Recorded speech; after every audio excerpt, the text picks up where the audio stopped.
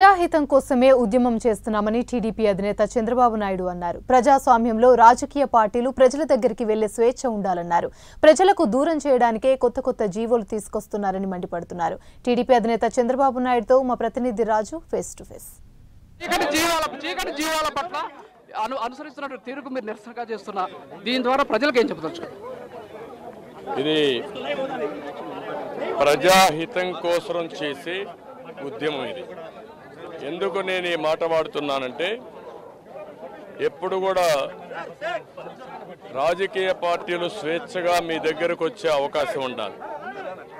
ప్రభుత్వం చేసే తప్పుడు పనుల్ని ఎండగట్టి ప్రజల తరపున పోరాడి తద్వారా ప్రజలకు న్యాయం చేసే కార్యక్రమాలు ప్రతిపక్షాలు చేపడతాయి. ప్రజా సంఘాలు కానీ ప్రతిపక్షాలు కానీ అలాంటి వారిని అణిచివేయాలనుకోవడం నీచం, దౌర్భాగ్యం, చాలా దుర్మార్గం.